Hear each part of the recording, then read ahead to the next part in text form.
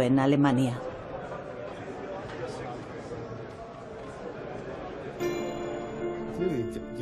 Los físicos teóricos intentan descifrar el universo solamente con fórmulas matemáticas. Ahora se enfrentan a la última gran pregunta que le queda a la raza humana. ¿Cómo comenzó el universo? Parece una pregunta desalentadora, pero en realidad los físicos ya saben dónde yace la respuesta.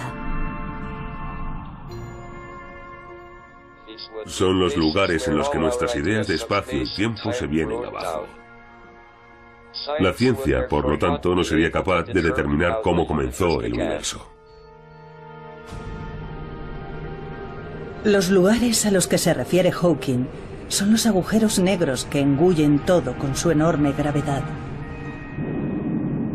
Ni siquiera la luz puede escapar de su profunda oscuridad, pero si su centro pudiera expresarse con una fórmula matemática, por fin se explicaría todo el universo. Esta sería la fórmula definitiva.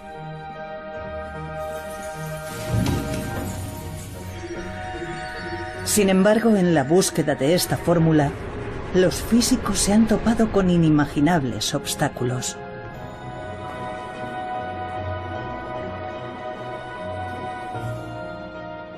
Cayeron rayos y truenos y él dijo algo así como: eso debe de ser Dios. Nos estamos acercando demasiado a la respuesta y Dios está furioso con nosotros. ¿Puede la humanidad explicar la creación del universo?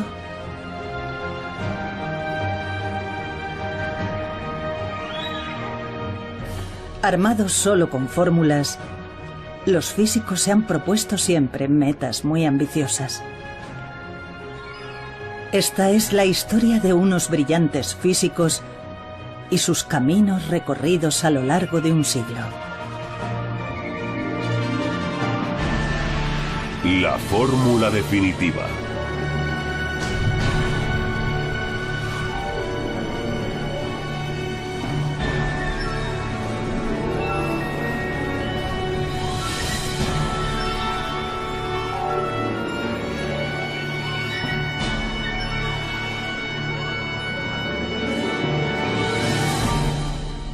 ¿Cómo nació el universo?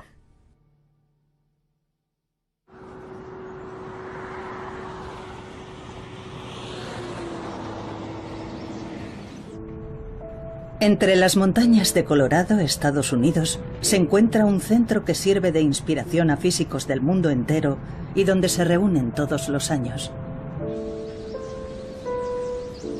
El Centro Aspen de Física ha sido testigo de muchos descubrimientos importantes. Demos la bienvenida a John Sworth. En 2012, para celebrar el 50º aniversario del centro, un distinguido físico fue invitado a pronunciar unas palabras. John Sworth es uno de los físicos que más cerca ha estado de descubrir la teoría definitiva. Nos topamos con un prometedor enfoque para llevar a cabo la idea de Einstein de una teoría unificada. Ya teníamos una teoría única sin ninguna arbitrariedad que se suponía que describía todas las fuerzas de la naturaleza. Sworth ideó una nueva teoría llamada teoría de supercuerdas. Describía un mundo, impensable anteriormente, de partículas elementales revoloteando como cuerdas temblorosas. Pero hablaremos de ello más adelante. Antes echemos un vistazo al lugar que animó a Sworth a emprender su viaje en busca de la fórmula definitiva.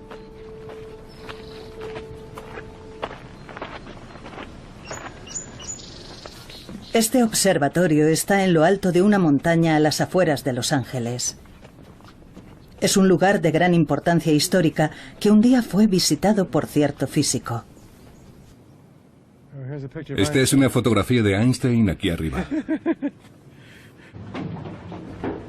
Aquí se llevó a cabo un descubrimiento que revolucionaría el mundo de la física teórica. El universo se expande. Este fue un importante descubrimiento.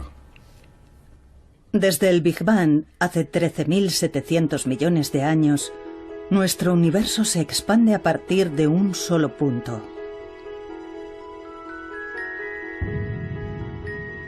Los físicos han sido capaces de usar fórmulas para explicar todo lo que ocurrió en el mundo desde el segundo 10 elevado a la potencia menos 43 después del Big Bang. En otras palabras, el momento en sí en el que nació el universo continúa siendo un misterio.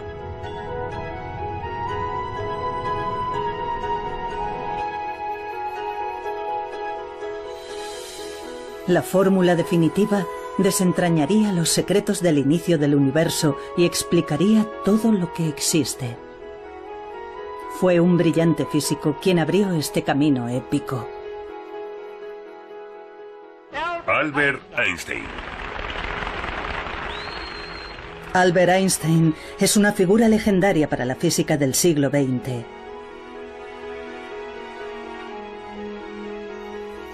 Se ganó un merecido lugar en la historia con su teoría de la relatividad general. En una era sin ordenadores gigantes, logró demostrar con precisión los movimientos del universo más distante. Había muchas esperanzas de que resolviera por fin el misterio del origen del universo. Esta es la fórmula de la teoría de la relatividad general. Puede parecer complicada, pero su significado es sorprendentemente sencillo.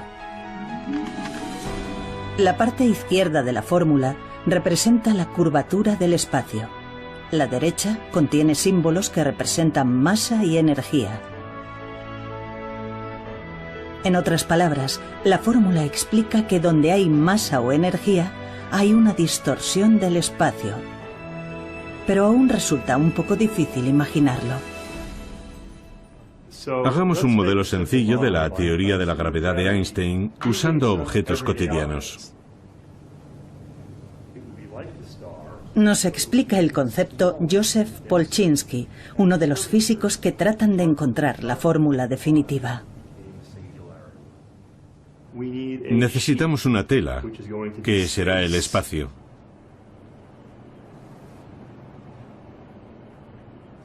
Ya tenemos un buen modelo para reproducir el efecto. Supongamos que esto es el espacio, no hay materia, y como podemos ver es totalmente plano. Pero ahora supongamos que hay una masa grande, una estrella, por ejemplo. Lo que pasará entonces es que el espacio se curvará. Si el planeta se mueve, por supuesto, no se moverá en línea recta, se moverá en círculo y orbitará alrededor de la estrella. Cuando pensamos en la gravedad, seguramente nos imaginamos una estrella que es atraída por otra que se mueve en círculo. Así. Según la teoría de Einstein, no obstante, la masa de la estrella hace que el espacio-tiempo se distorsione, y como consecuencia de ello, las otras estrellas siguen la curvatura creada por la masa. Esta curvatura del espacio-tiempo se vuelve más extrema y potente cuanto más pequeñas y pesadas son las estrellas. En base a esta teoría, Einstein hizo una atrevida predicción. Donde hay una fuerte gravedad, hasta la luz se curva. Si esta teoría fuera efectivamente correcta, significaría que una estrella oculta tras una estrella más grande sería visible, porque la gravedad curva la luz. Y su predicción demostró ser correcta. Esta es una foto de un eclipse total de Sol. Las estrellas que se ven alrededor del Sol aparecen ligeramente apartadas de donde están realmente. Ello es debido a que la enorme gravedad del Sol ha provocado que se curve la luz de lejanas estrellas.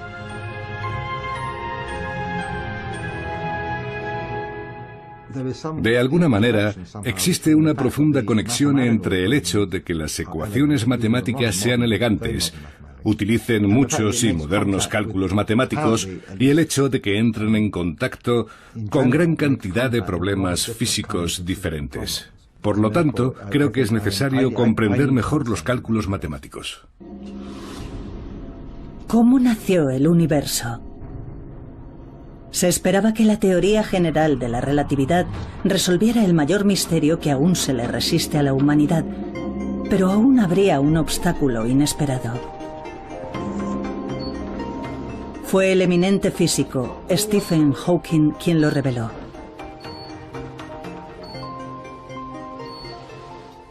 Hola. ¿Cómo están? A pesar de sufrir una enfermedad incapacitante que paraliza los nervios del cuerpo, Hawking volcó su brillante mente en abordar el misterio del inicio del universo. Hawking se ganó el aplauso del mundo científico por realizar un importante descubrimiento relacionado con el Big Bang que marcó el comienzo del universo. El universo se originó desde un único punto y continúa expandiéndose. Si volvemos atrás en el tiempo, podemos reconocer otro fenómeno similar. Es el fenómeno de los agujeros negros. Hawking demostró que el centro de los agujeros negros y el Big Bang eran matemáticamente lo mismo. Cuando explota una estrella enorme, se crea un agujero negro que se traga todo lo que lo rodea. Si el centro del agujero negro podía calcularse, el momento en que nació el universo también se podría explicar y analizar. Pero había un problema. Volvamos a la teoría de la relatividad general. Cuanto más pequeña y pesada es una estrella, mayor es la curvatura espacio-tiempo. Los agujeros negros, con su gravedad extrema, se hunden infinitamente hacia un solo punto. El problema era la profundidad infinita. Esta es la fórmula de los agujeros negros. Si extraemos su significado general, el resultado es algo parecido a esto. R es la distancia desde el centro de un agujero negro. Cuanto más nos acercamos al centro, mayor es la distorsión representada aquí por la letra D. No obstante, en el centro de un agujero negro, la distancia de R es 0, y por lo tanto el denominador se convierte en 0, de modo que el resultado sería infinito. Infinito significa que esta ecuación es imposible de calcular.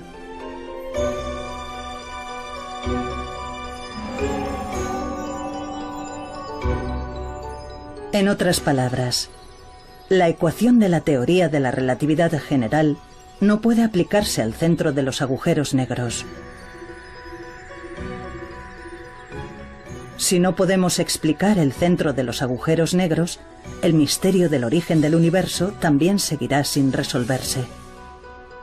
Así que la teoría de la relatividad general, después de todo, no fue la fórmula definitiva. Son los lugares en los que nuestras ideas de espacio y tiempo se vienen abajo. La ciencia, por lo tanto, no sería capaz de determinar cómo comenzó el universo. El plano del universo demostraba ser huidizo.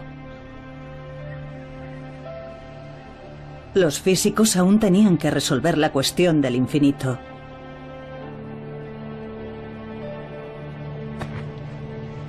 Entonces se les ocurrió una idea atrevida. ¿Por qué no combinar la teoría de la relatividad general con otra fórmula?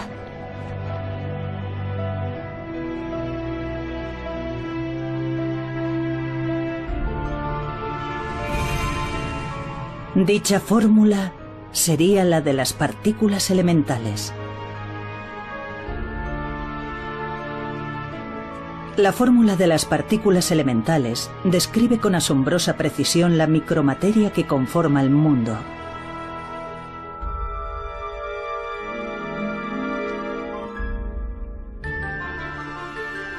Pero, ¿por qué combinar esta fórmula con la de la teoría de la relatividad general?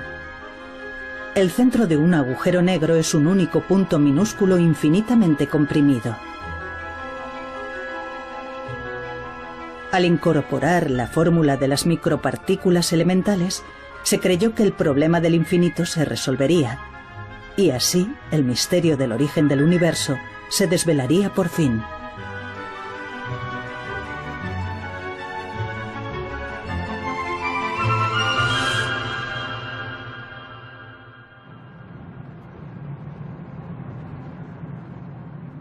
Fue un físico ruso el primero en intentar descubrir la fórmula definitiva combinando la teoría de la relatividad general con la fórmula de las partículas elementales.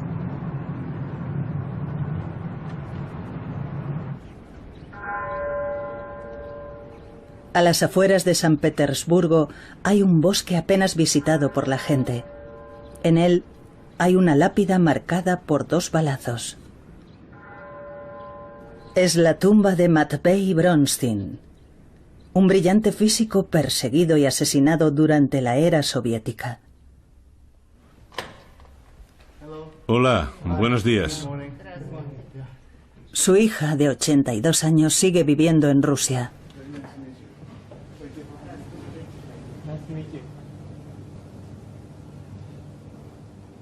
Bronstein murió a los 31 años. Su familia no fue informada de su fallecimiento hasta pasado más de medio siglo.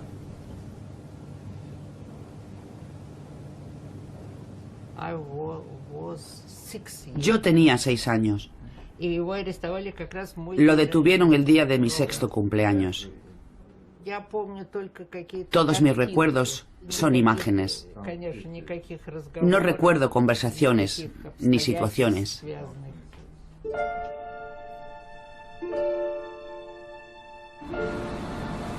Qué suerte corrió Bronstein en su empeño por dar con la fórmula definitiva. Nació en el seno de una familia humilde y fue físico autodidacta. A los 19 años dominaba la teoría de la relatividad general y la fórmula de las partículas elementales, en una época en la que a la mayoría de los físicos les costaba entender dichos conceptos. Bronstein quería desmitificar los agujeros negros, pero antes de poder calcular su centro, tenía que demostrar algo.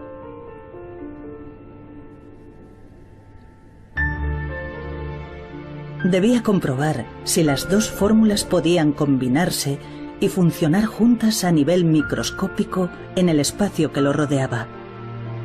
Tomó una sección de espacio, a una escala menor incluso que la de las partículas elementales, y calculó la gravedad que actuaba sobre ellas. Aquí, las 2 fórmulas utilizadas por Bronstein han sido reemplazadas por fórmulas modernas. Parecen complicadas, pero expresadas de una forma más sencilla significan lo siguiente. La primera parte de la fórmula de las partículas elementales establece que sus cálculos se refieren al mundo microscópico. Dentro del recuadro azul, la fórmula describe la micromateria y las fuerzas que actúan sobre ella. Bronstein introdujo la teoría de la relatividad general en esta fórmula. Entonces, se produjo un resultado sorprendente. Apareció un 0 como denominador. Esto solo podía significar una cosa: un cálculo imposible, conocido también como infinito. No hay duda de que las fórmulas combinadas eran correctas, pero ¿por qué daban aquel resultado? Bronstein continuó sus cálculos con mayor precisión aún.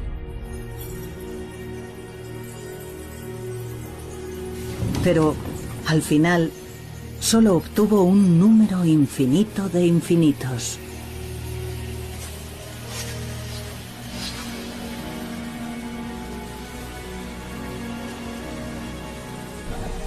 Estos resultados sugerían que si miramos lo que hay a nuestro alrededor a nivel microscópico, Todo es inestable, con multitud de fenómenos parecidos a agujeros negros que dan lugar a infinito.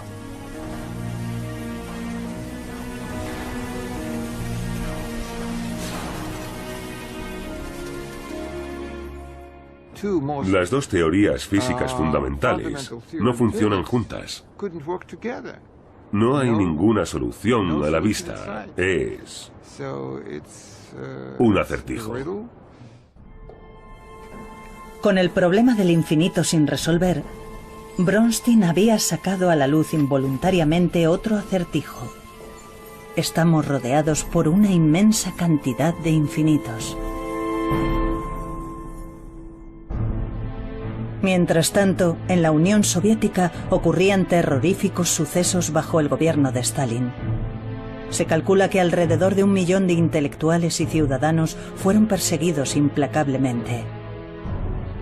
Los científicos librepensadores eran el objetivo más evidente.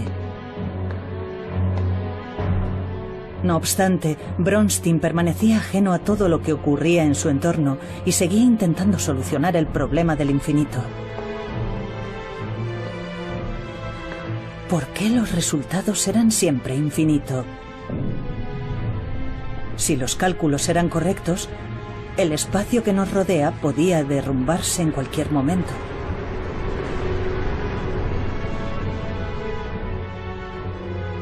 En agosto de 1937, todo acabó bruscamente. La policía secreta detuvo a Bronstein.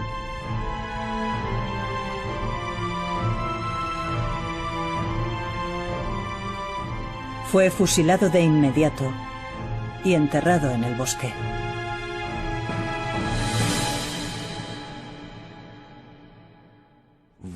¿Por qué Stalin ejerció aquella represión? Porque le preocupaba su poder personal. Pero semejante régimen nunca puede justificarse. Creo que si Bronstein hubiera vivido, su contribución a la resolución del problema habría sido muy importante. Tras la muerte de Bronstein, los esfuerzos por resolver el problema del infinito continuaron durante casi un siglo. Los físicos de más talento y prestigio trataron de desentrañar el misterio del origen del universo, combinando las dos grandes teorías. Pero ninguno de ellos tuvo éxito.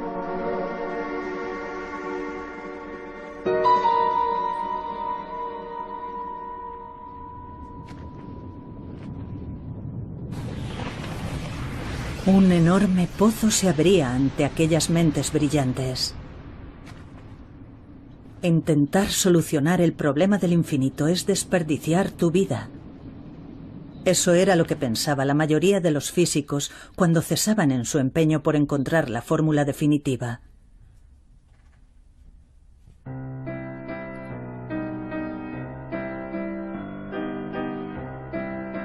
Pero en 1974 ocurrió un hecho decisivo.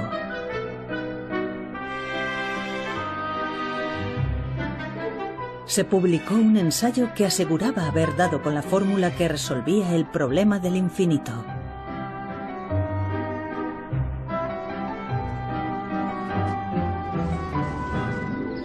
Sus autores eran dos investigadores desconocidos que habían coincidido en Princeton. Aquellos jóvenes físicos eran John Swartz y Joel Scherk, de origen francés. Su investigación giraba en torno a un campo olvidado y considerado anticuado entonces: la teoría de cuerdas.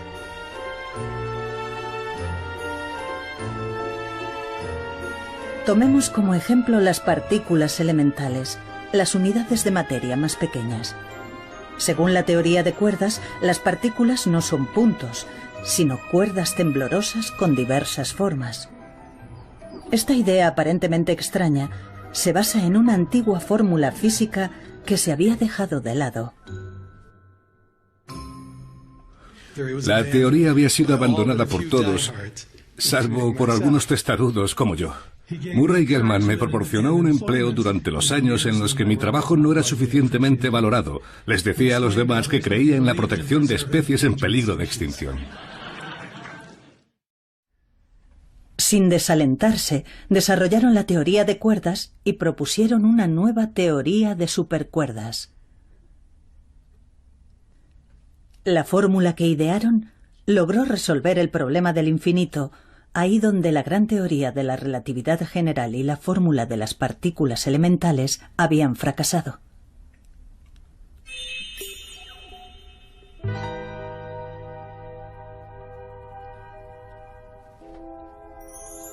Pero ¿cómo resolvieron el acertijo los dos jóvenes físicos?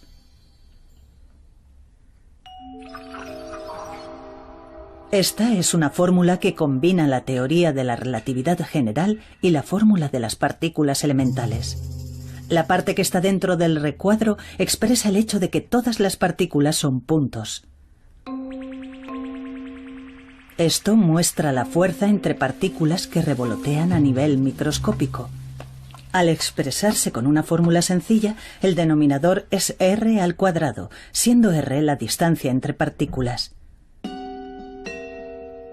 Si las partículas son puntos, en el momento en el que colisionan unos con otros, la distancia r se convierte en 0. Ahora tenemos 0 como denominador. En otras palabras, el resultado es infinito cuando las partículas colisionan entre sí.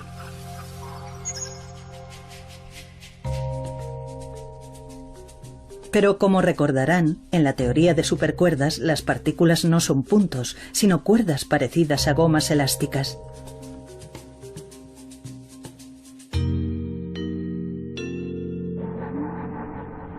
Si las partículas tienen forma de gomas elásticas, ocupan cierta cantidad de espacio, de modo que, aunque colisionen entre sí, nunca acabarán siendo más pequeñas que el grosor de la goma.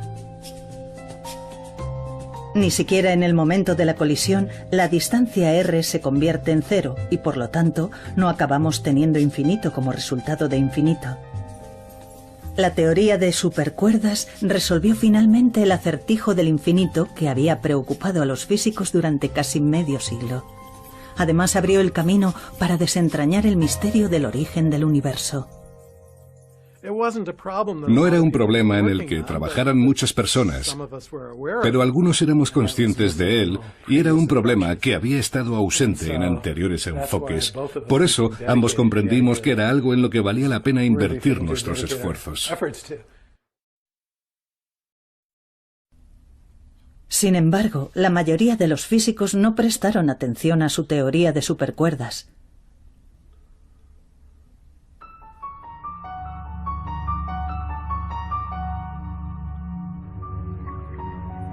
Desconfiaban de la teoría de supercuerdas. Para empezar, era demasiado diferente de la teoría de la relatividad general y de la fórmula de las partículas elementales.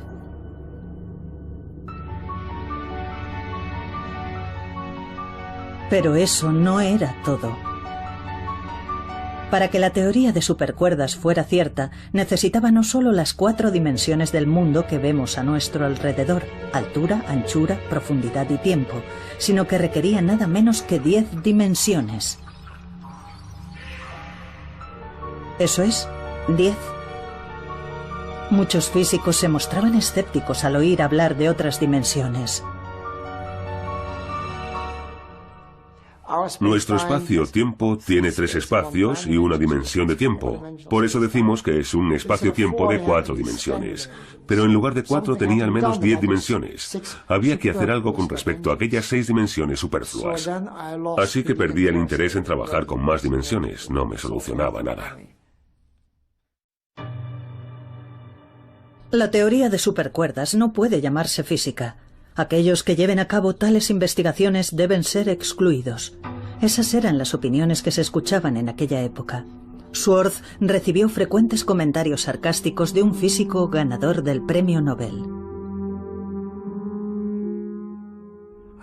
Creo que veía con escepticismo el programa de la teoría de cuerdas. Pensaba que se alejaba demasiado de los experimentos y eso le molestaba. Me tomaba el pelo con ello. Me veía en un pasillo y me gritaba desde lejos: Schwartz, ¿con cuántas dimensiones trabajas hoy?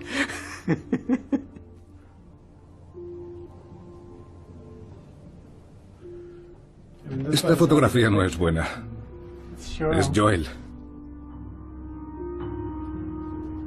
Schwartz y Sherk siguieron atravesando momentos difíciles.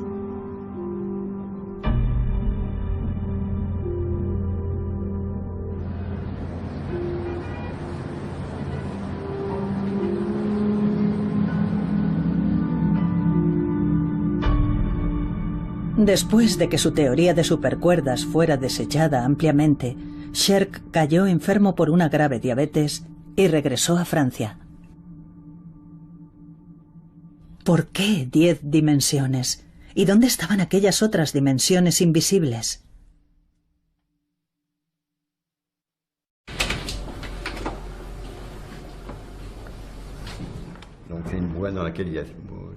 Son ensayos escritos por el Dr. Sherk.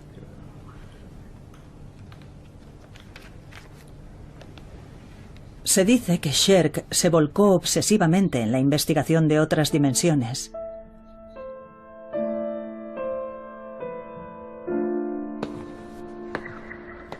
Deambulaba por las calles en busca de distintas dimensiones.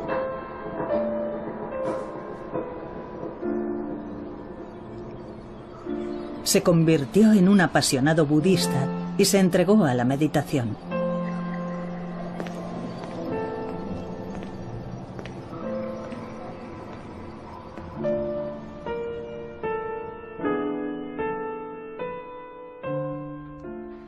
A veces se sentía aislado, porque sabía que era una de las pocas personas que trabajaban en aquello. Eso en ocasiones le resultaba frustrante, porque la gente opinaba. A la gente no le convencía lo que estaba haciendo, y eso le frustraba. La vida de Sherk llegó a su fin cuando tenía 34 años. En su dormitorio se hallaron pruebas de que se había inyectado una enorme dosis de su medicación contra la diabetes. Joel Sherk era una persona notable y tenía una creatividad extraordinaria. Mientras trabajó conmigo sin duda contribuyó con sus ideas. Su muerte me cogió totalmente por sorpresa.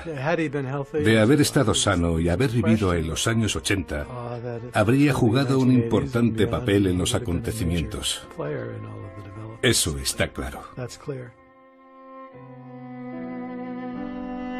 Sherk falleció antes de poder hacer realidad su sueño de descubrir la fórmula definitiva.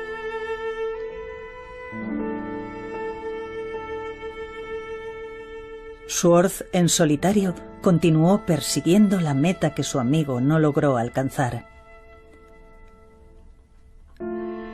Mientras otros físicos consiguieron prestigio a través de llamativos logros, él siguió centrado en la teoría de supercuerdas.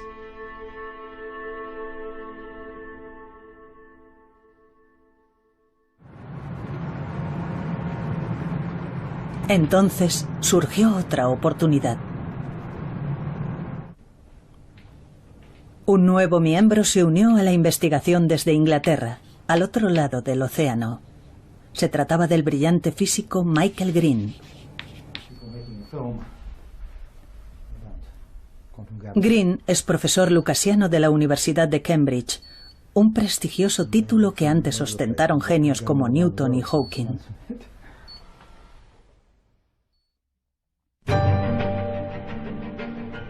Schwartz y Green decidieron enfocar la pregunta de las dimensiones de la siguiente manera.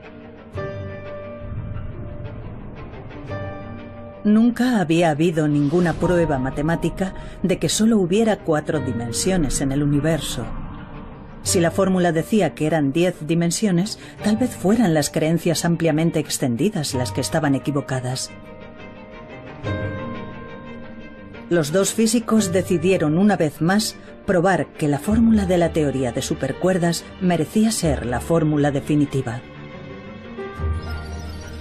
Necesitaban demostrar que la teoría de la relatividad general y la fórmula de las partículas elementales podían hallarse dentro de la fórmula de la teoría de supercuerdas.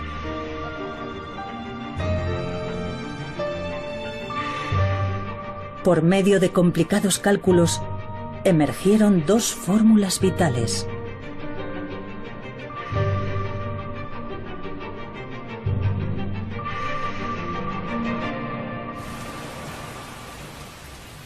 Cuando estaban realizando los últimos cálculos para asegurarse de que no había contradicciones en la fórmula, se toparon con algo extraño.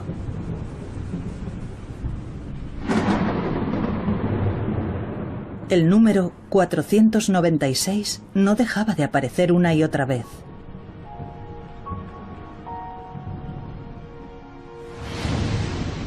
...496 es lo que se conoce como un número perfecto y ya era venerado por los antiguos griegos que lo relacionaban con la creación del mundo.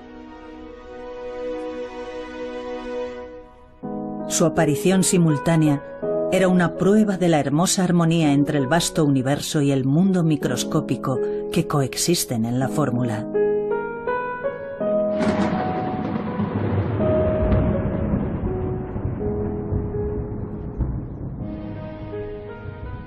Era 496. Fue un gran momento. Recuerdo que, mientras hablábamos de ese número, 496, cayeron rayos y truenos.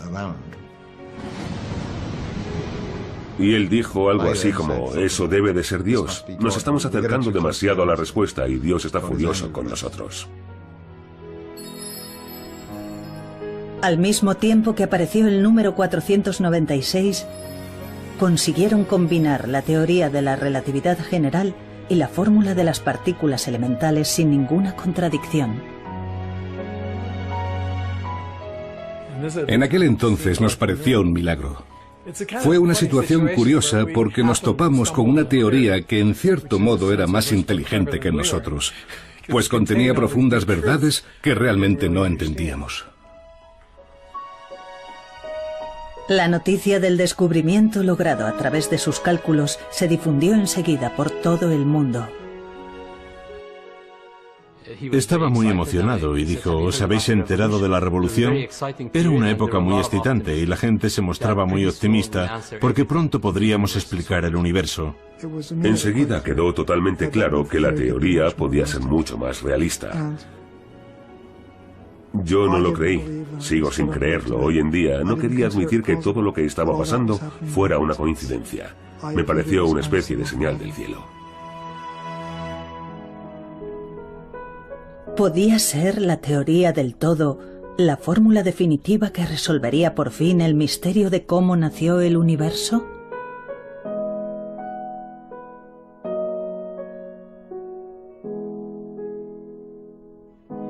Físicos de todo el mundo se pusieron manos a la obra y empezaron a investigar la teoría de supercuerdas.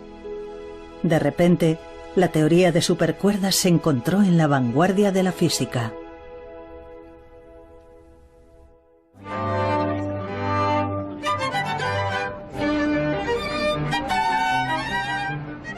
Los físicos por fin habían aceptado la idea de las dimensiones múltiples.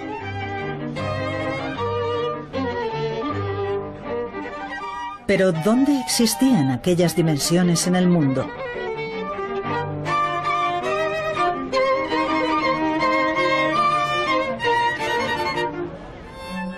Hay que hacer un esfuerzo para comprender la idea.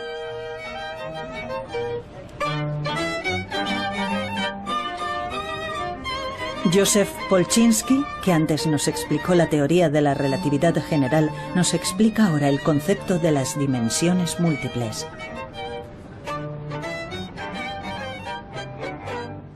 Muchos físicos piensan que el universo tiene dimensiones ocultas. Para un físico, una dimensión es una dirección en la que pueden moverse las cosas. Podemos verlo con esta cuerda floja, por ejemplo. Nuestra equilibrista Erika ve la cuerda floja como un mundo unidimensional. Solo puede moverse hacia adelante y hacia atrás. Para esta mariquita, que es mucho más pequeña, la cuerda es bidimensional. La mariquita puede moverse a lo largo de la cuerda o alrededor de ella. Como dice Polchinski, la cuerda es bidimensional para la mariquita. En otras palabras, al centrar nuestra atención en escalas más pequeñas, comenzamos a ver dimensiones anteriormente ocultas. Pero ¿dónde podemos encontrar ese mundo de 10 dimensiones descrito en la teoría de supercuerdas? Existe en el mundo microscópico.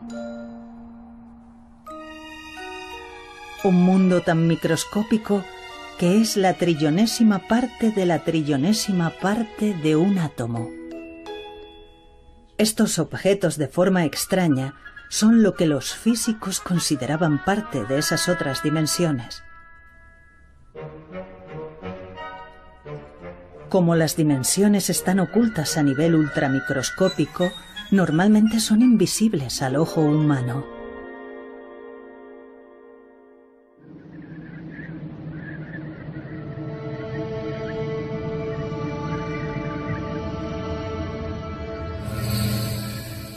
La nueva teoría de supercuerdas incorporaba las dos grandes fórmulas, la teoría de la relatividad general y la fórmula de las partículas elementales.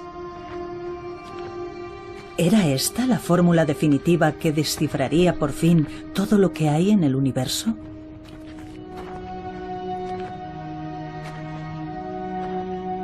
Pero no obstante, había una sensación de incertidumbre en el todavía arduo camino que quedaba por delante.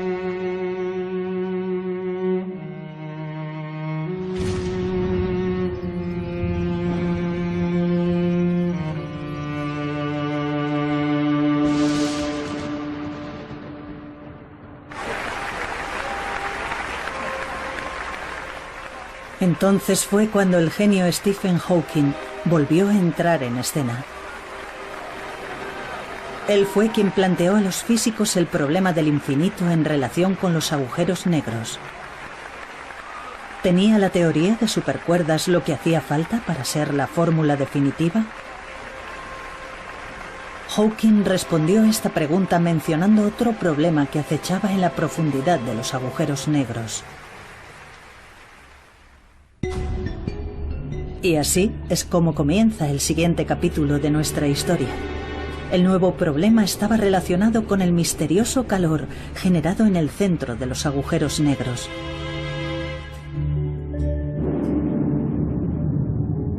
Como recordarán, en el centro de los agujeros negros hay puntos comprimidos hasta una densidad infinita.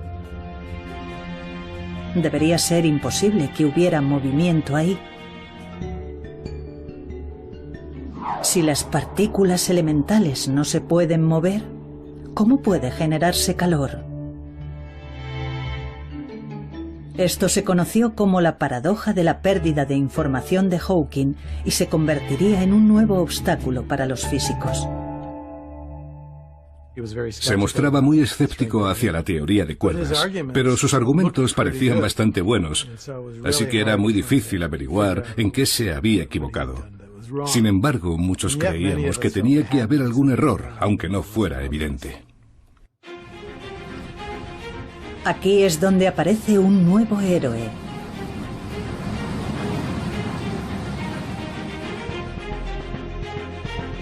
Es el joven físico Joseph Polchinski, al que ya hemos visto explicándonos diversos conceptos. Polchinski logró seguir desarrollando la teoría de supercuerdas.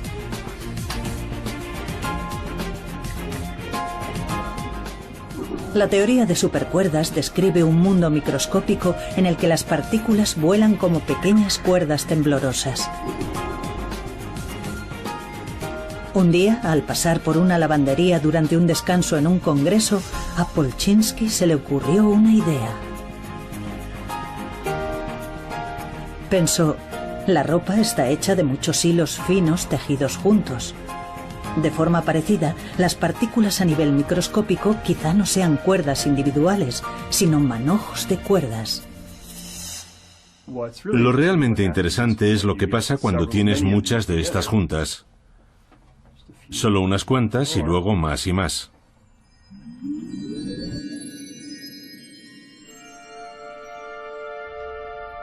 Trabajó en una fórmula y propuso que no eran cuerdas individuales, sino muchas cuerdas moviéndose juntas y formando una especie de membrana.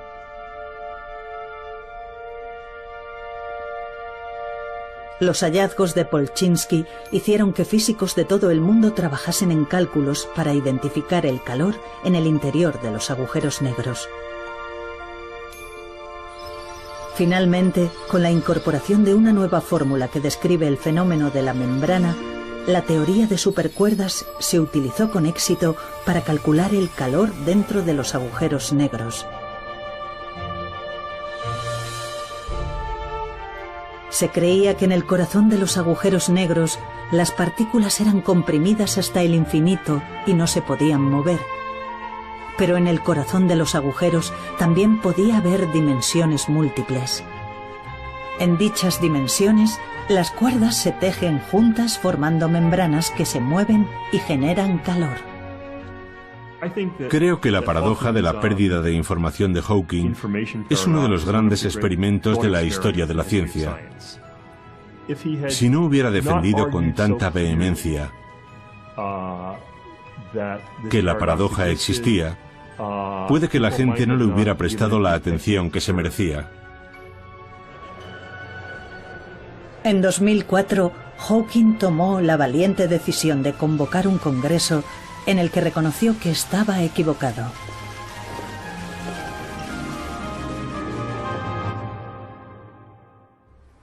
Quiero informarles de que creo haber resuelto un importante problema de física teórica que sigue pendiente desde que descubrí, hace 30 años, que los agujeros negros desprenden calor. Mi ensayo sobre la pérdida de información de los agujeros negros provocó 25 años de discusiones en las que hemos aprendido mucho. Estoy encantado de que hayamos descubierto ahora que la información no se pierde. La historia lo demostrará. Hemos avanzado mucho y es posible que falte poco para descubrir la teoría definitiva.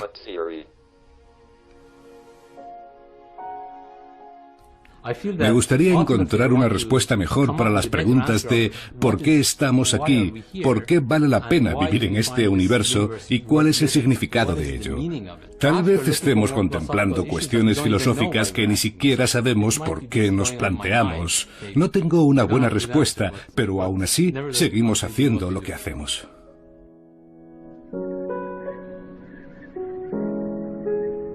La paradoja de Hawking se superó y se había desarrollado una nueva teoría de supercuerdas. Con esta fórmula, ¿podía la humanidad resolver finalmente el misterio del origen del universo?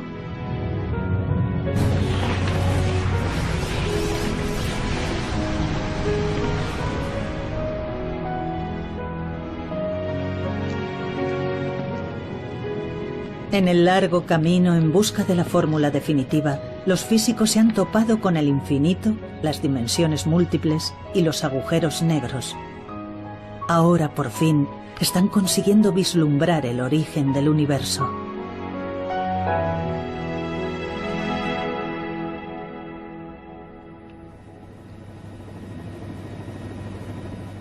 Investigadores de todo el mundo están poniendo a prueba las predicciones hechas por la teoría de supercuerdas. El CERN es el laboratorio de física de partículas más grande del mundo, donde fue descubierto el bosón de Higgs. Uno de sus siguientes objetivos es descubrir otras dimensiones. La idea es utilizar el gigantesco acelerador para desvelar las dimensiones ocultas a nivel microscópico. La atención se ha centrado también en los agujeros negros que los físicos llevan mucho tiempo estudiando en su búsqueda de la fórmula definitiva. Científicos de todo el mundo intentan ahora observar directamente la entrada de un agujero negro.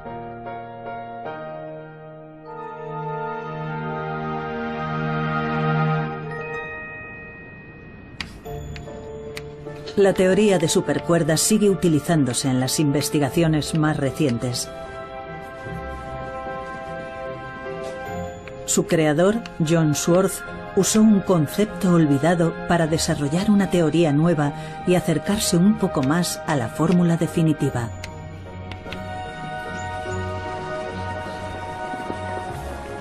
Pero empieza a pensar que quizá no viva para ver el día en el que por fin se desvelen los secretos del origen del universo.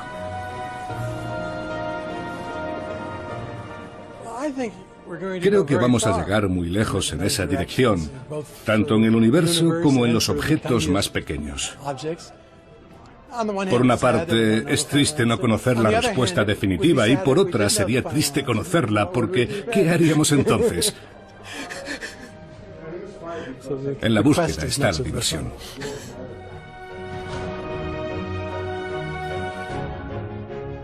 Entonces, ¿cómo se creó nuestro universo?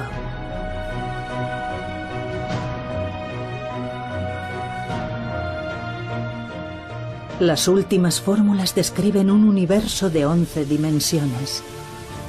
Y lo que es más, ha surgido un nuevo problema que plantea la posibilidad de que existan nada menos que 10 elevado a 500 universos.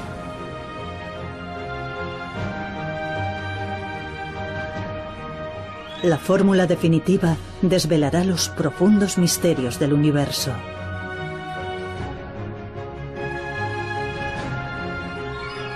Hasta que el último de los misterios no sea desentrañado, la humanidad continuará incansable su búsqueda.